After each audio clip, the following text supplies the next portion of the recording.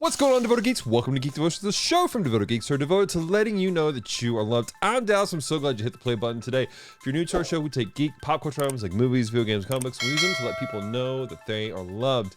And guys, ladies and gentlemen, I'm excited about today's episode. Because it's going to be just a little bit different. That's right. It's going to be a little bit different in that today's episode is actually a segment from somebody else's show. Recently, Celeste and I had the opportunity to be on the Rushmore show, where it's hosted by these two guys who they go through basically your top four, your Rushmore of your favorite whatever topic. They've done baseball, drummers, all kinds of stuff. And last week, Celeste and I were on the show talking about our favorite Marvel characters across MCU, comic books, whatever, and even some that were outside of what you guys would normally think.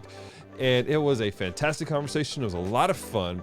But the second segment, Celeste actually did a devotion. And so what you guys are going to be seeing today is her devotion she did on the Rushmore show, talking about Doctor Strange, The Strange Academy, which is a really interesting comic book series. And so make sure you guys check that out. Make sure you guys check out the Rushmore show. There'll be links in the description down below. And I hope that you are encouraged by this devotion that Celeste is bringing to you guys today. All right, let's jump into it.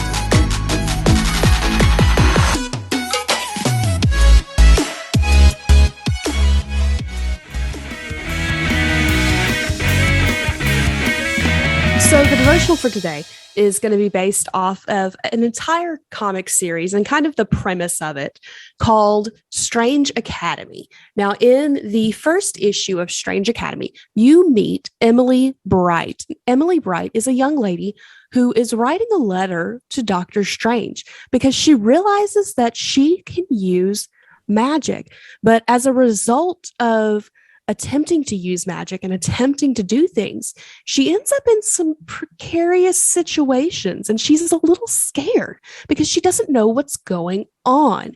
And so a young lady named Zelma comes and gets her from her parents. They have parental permission.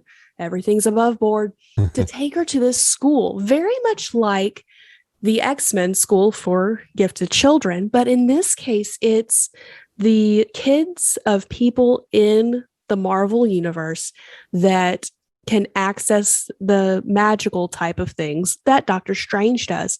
Now, you meet a lot of different characters and they all have different things. They all have different issues. You have some bloodline issues, like you have an ice giant and you have Thor's cousins.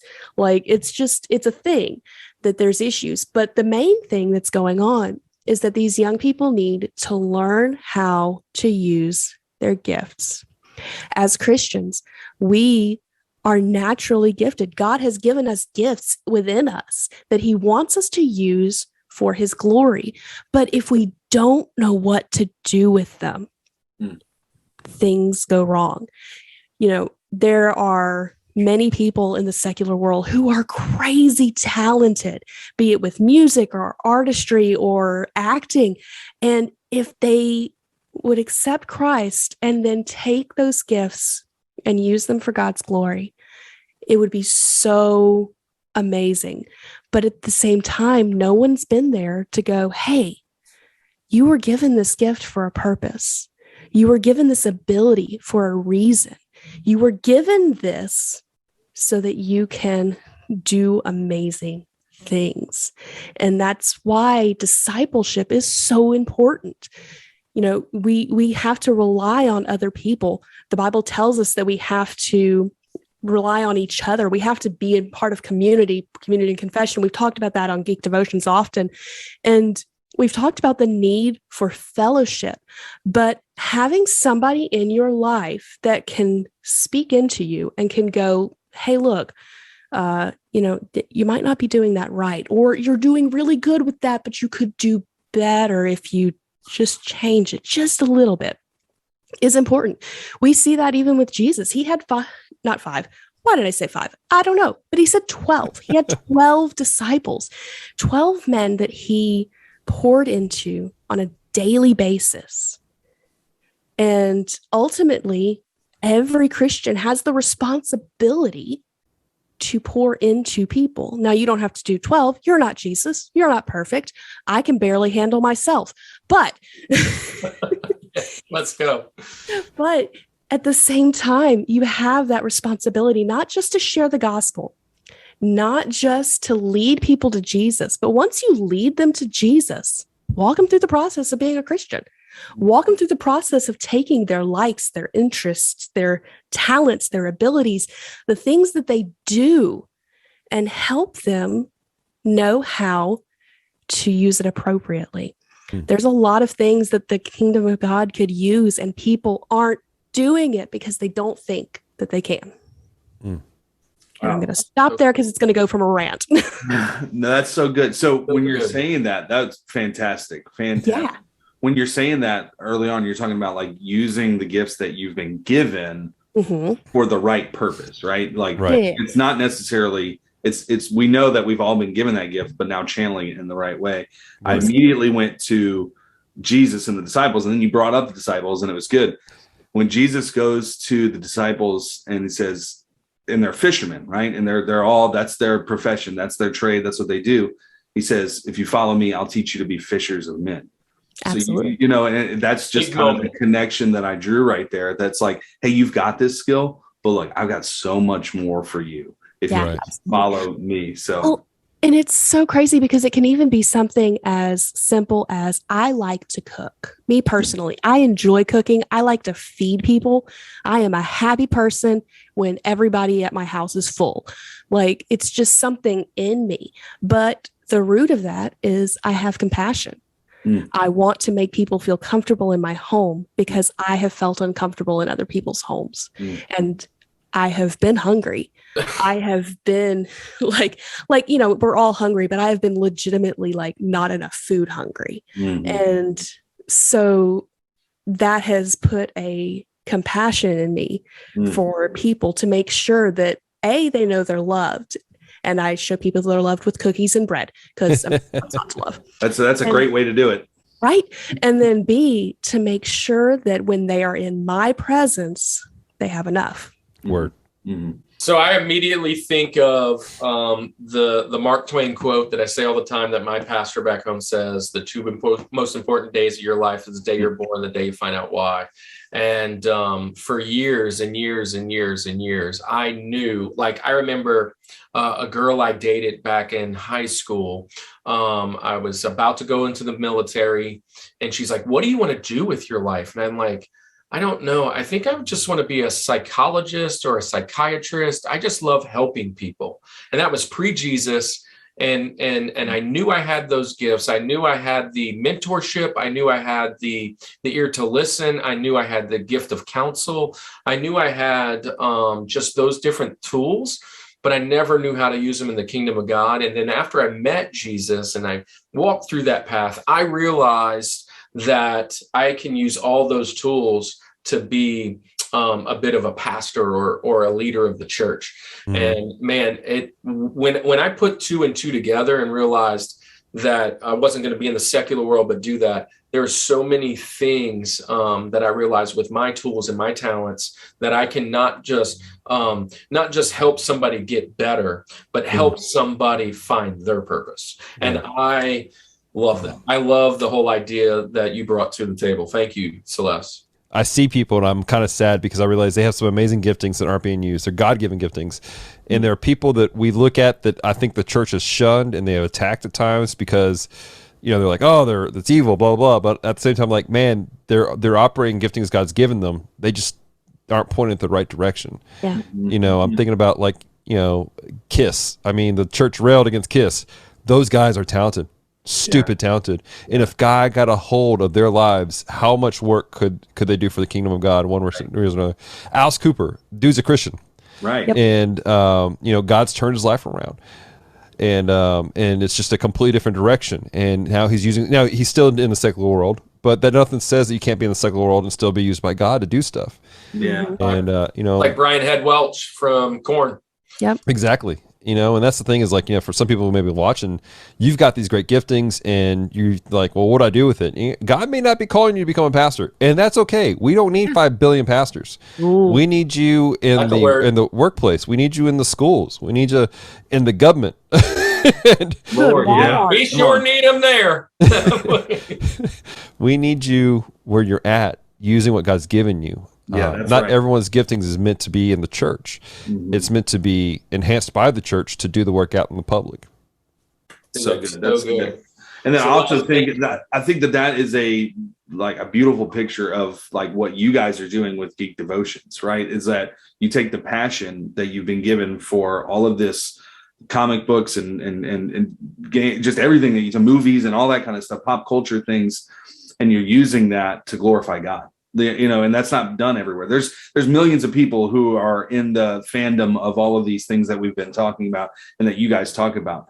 But the ability to then take that and say, okay, well, how can I use this to glorify God? That's so awesome. So I love what you guys are doing. It's so awesome. Well, legitimately, that's why we started. That's why we started. Just if we got kind of rewind the clock for us, when we started off, we were engaged, and we were at our very first con ever, and here in Shreveport, and people came to protest the con, screaming at the people and yelling at them, telling them they're going to hell, and the people in line were like, "We know," and I mean, just we know. I mean, it was bad. Shouted that back. Yeah, I mean, it was bad. And then, people looked at Celeste and I'm like, well, because they knew I was a pastor. Like, well, are you going to yell at me too? I'm like, would it help? Would me yelling at you help? And no, it helps. Really we'll yell right now. But what we discovered is we have a voice in the community. Yeah. We speak the language, and we treat Geek Devotions like any missionary who goes into a foreign land. They speak the language first, and they learn not just the language, but the cultural cues, the things that you work on. And we're here. Why aren't we talking about Jesus here? And that's what we do. We teach a class at our church every so often about doing specialized ministries, and we invite the class to actually take over our channel for a whole month. And I tell them the point is not to make you guys geeky, because there are some very non-geeky people who are in that class. But the point is to go, hey, look at where you're at. Some of you are construction workers. Some of you people are just homemakers. Some of you people are in the technology field. You speak the language. Yeah. Those areas around. Use it to point people back to Jesus, whatever it is.